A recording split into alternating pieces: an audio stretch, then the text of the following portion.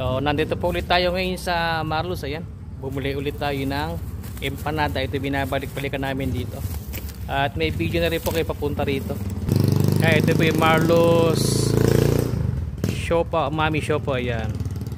So, ang pinakamadaling daan po dito, pag nakita nyo yung Caltex sa highway, pangalawang kanto, pag nakita nyo yung chapel na blue, kakaliwa po rito. Makikita nyo na po. So, pag galing kayo ng Caltex, sa may kanto, galing kayo na highway, ilang kanto ba? Isa, dalawa.